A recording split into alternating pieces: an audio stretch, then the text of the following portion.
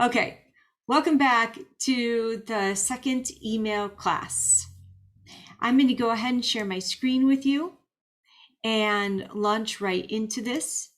If this is your first time joining me, I want to say welcome. I am so glad that you're here today.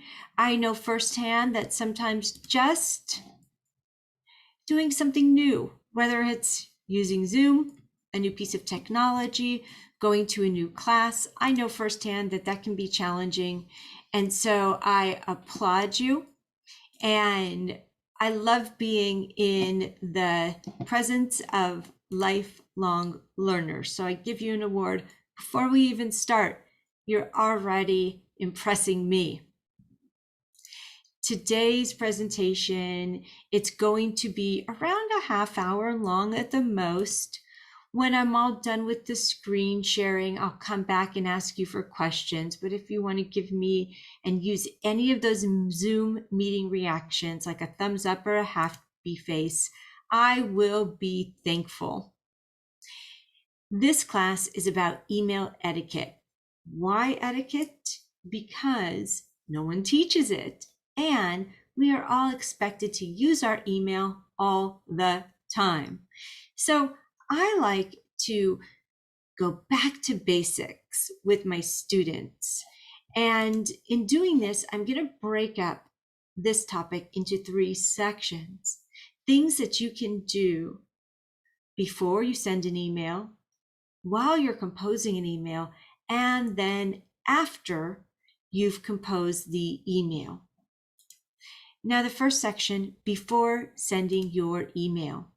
There are many settings in any email server, whether it's Gmail, Yahoo, or Outlook, many settings that you can customize to meet your needs. Here are just some of my favorite settings. I like to set a default text style. This way, the text and the font that I choose is always on my email. Another thing I really like doing is I turn on the grammar check, as well as spelling suggestions. I am notorious for typing too fast, leaving a word out here or there, and I need that extra help. I also have autocorrect turned on and smart compose. What that means is that every single time I type how, are, my email is going to then insert you. How are you? Question mark. I like that feature because it just saves me time, especially if I'm writing the same things over and over and over again. Well, those are some of the settings that I like. I also would create a signature file. That means that if you're always signing your emails, thank you, Abby, or looking forward to hearing from you, comma, Abby, and maybe your phone number and maybe your email address at the end of each email, it saves you time and effort by just creating a one-time only signature file. Before you send an email, one thing I want to bring to your attention is beware of reply all. Now, I've had people tell me over the years, no one ever explained this to them. So, couple of basic email terms. Compose when you're writing a new email message. Reply when you're responding.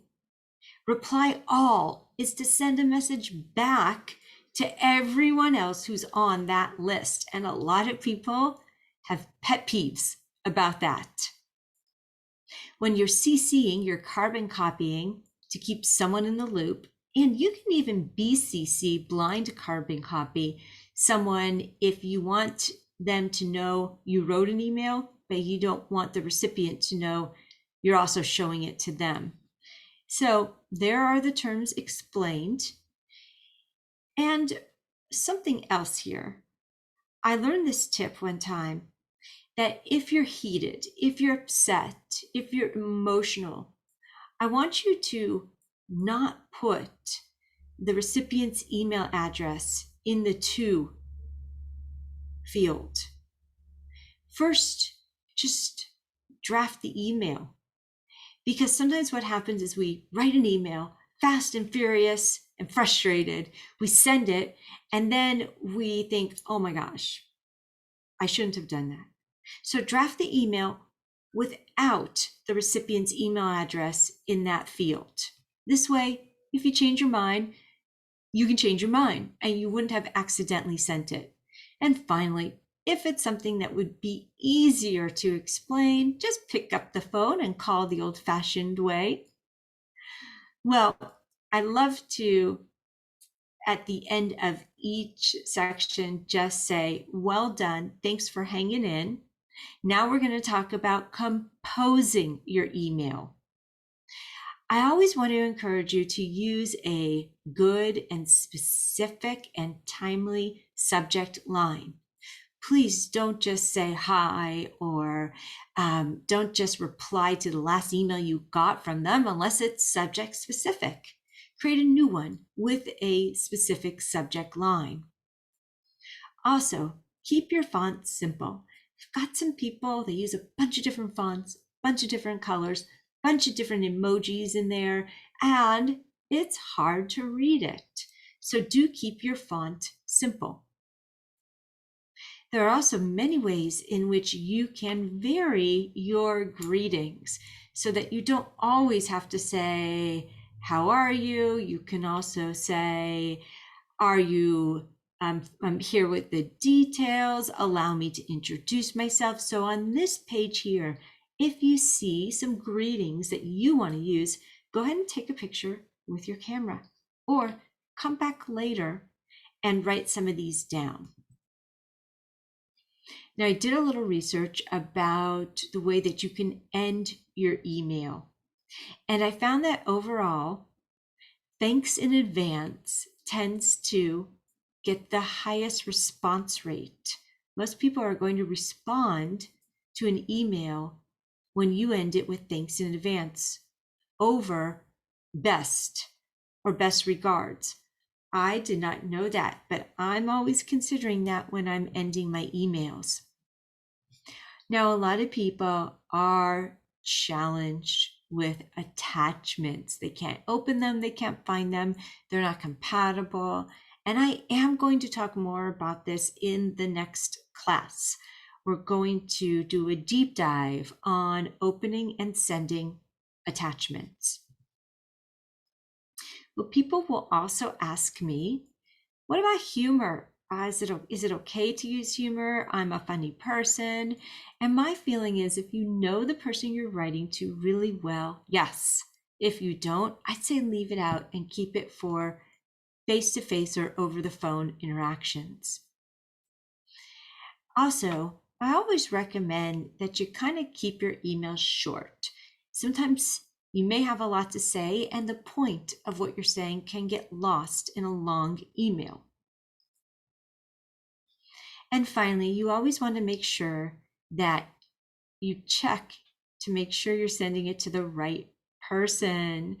Okay, so just double check that you've entered their email correctly, that you've put the right Mary in the to field.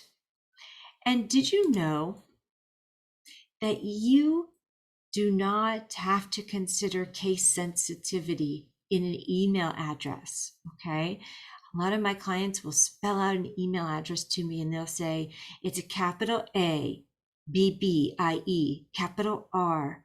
And actually, email is not case sensitive. It's one of those things, unlike passwords, that is not case sensitive. So you do not have to tell someone that there's a capital letter in an email address.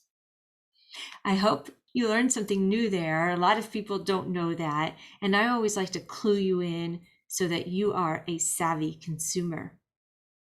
Now we're going to talk about what you can do after an email, after you've sent an email. Well, did you know that you can unsend an email? You can. You can select a number of seconds in which you can undo your email. So if you decide, oh, I didn't mean to send that, or oh, I forgot to spell check it, you can still undo it before it gets sent. Also, you can schedule an email to be sent later or next week. So if you're remembering that it's your niece's birthday next week and you want to write it right then and there because you remember, well, you can always just schedule it to arrive on her exact birthday. This is a really handy feature, especially if you want to get a bunch of work done and it's not due till next week. Now, I always like to end my classes with an extra credit assignment, especially for my overachieving students. I want you to create a signature file in your email settings. And would you please email me and let me see it? My email address is on the next slide. I'm going to show it to you. You can write it down. You may already have it, but I want to see that you have understood some of these concepts. Here's my email address. Here's my phone number. If you email me and you want more tips, I'd be happy to do that. If you want to find me on Facebook, I'm putting videos on there all the time, so come find me, as well as on YouTube. And as I wrap up today, I'm going to go ahead and stop the screen share. And I want to thank you for joining me.